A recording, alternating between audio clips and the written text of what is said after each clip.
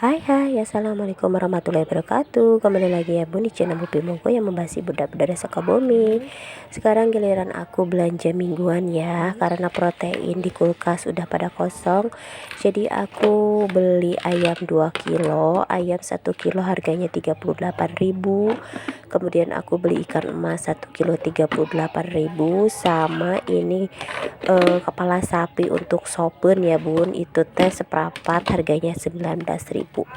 Lanjut kita masukin Yuk, tomat. Ini sisa tomatnya mau aku keluarin dulu, naon di nanti atas aku teh? ganti si tisunya. Dan ini dimasukin si tomat yang baru aku beli, jadi yang baru disimpan di bawah, yang lama disimpan di atas.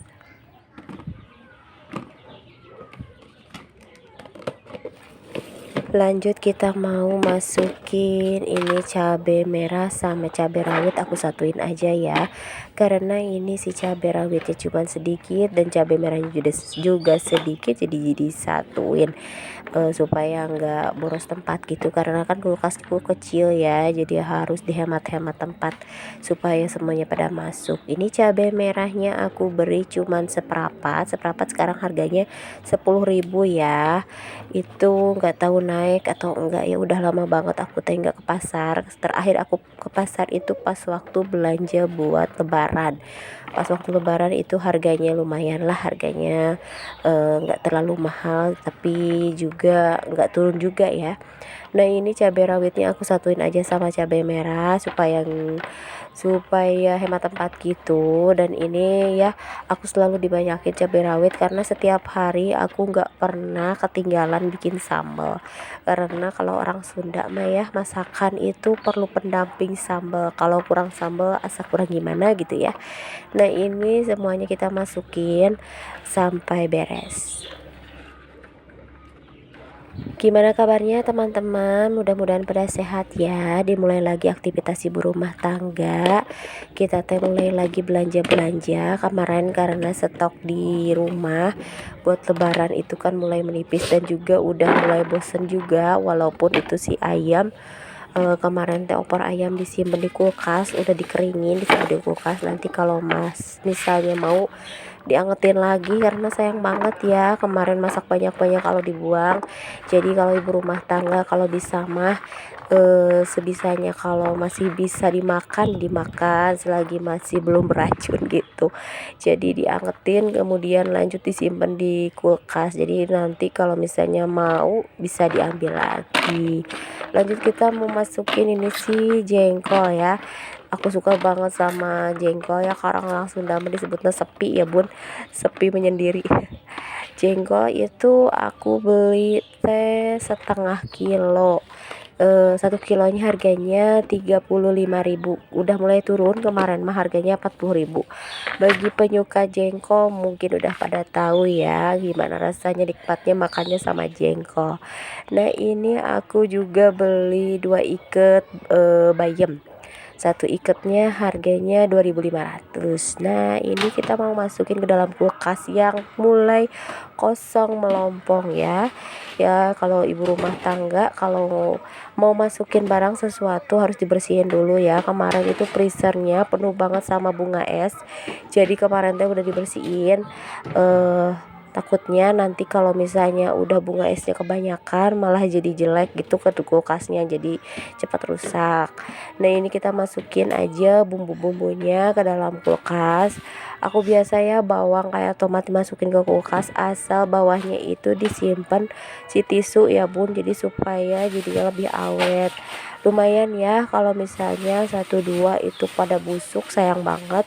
Dan aku teh biasanya 1 minggu sekali ke pasar, jadi kalau misalnya beli di warung itu asa kumaha gitu ya bun, harganya jadi beda gitu, jadi mahal. Kalau ibu rumah tangga kan soalnya perhitungan, kalau misalnya kurang atau beda 1.000 aja udah dikejar deh. Lanjut kita masukin ke bagian bawahnya itu bayam ya. Bayamnya nggak aku potong karena aku udah capek juga, jadi kita masukin ke dalam kresek. Lanjut kita masukin ke dalam kulkas. Nah ini udah selesai.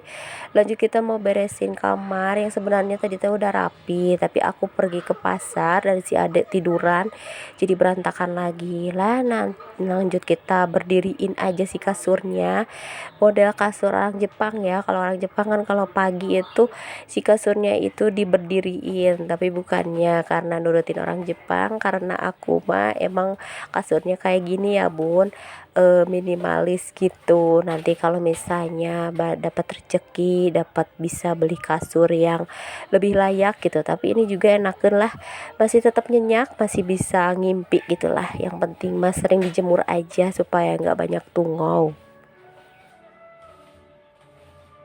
Lanjut kita sapu-sapu dulu ya. Ini rumahku yang kecil banget tapi selalu berantakan sama kotoran ini. Kotoran yang selalu dibawa sama si Ade. Si Ade alhamdulillah udah sehat, jadi dia bisa aktif lagi. Ya kalau punya anak aktif insya Allah rumahnya pasti berantakan ya.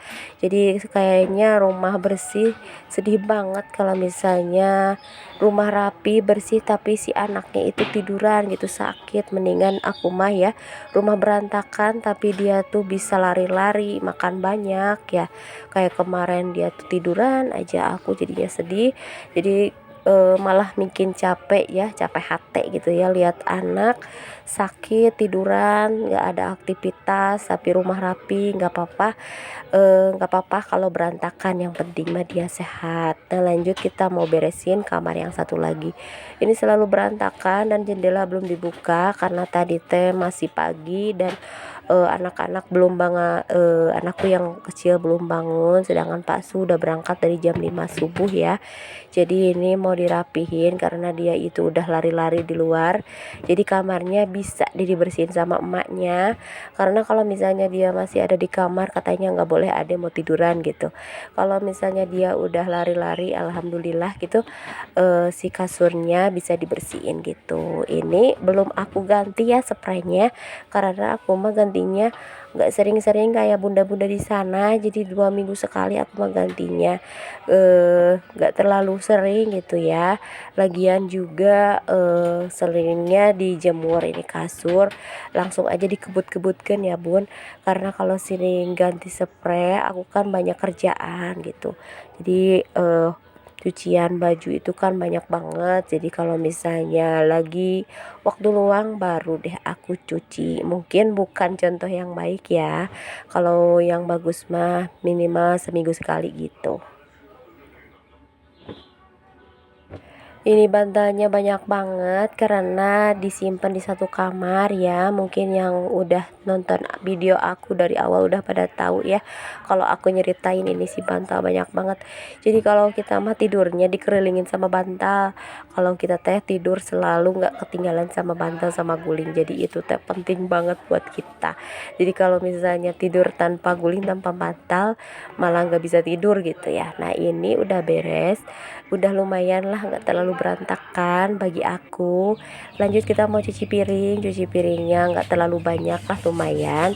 Jadi kita mau bersihin setelah masak, selalu ada aja kerjaan cuci piring kita. Nah ini kita mau gosok-gosok pancinya karena pancinya itu pakai kawat untuk bersihin panci gitu ya. Kadang gitu teh kalau keras, terlalu keras gitu teh malah bikin bocor gitu.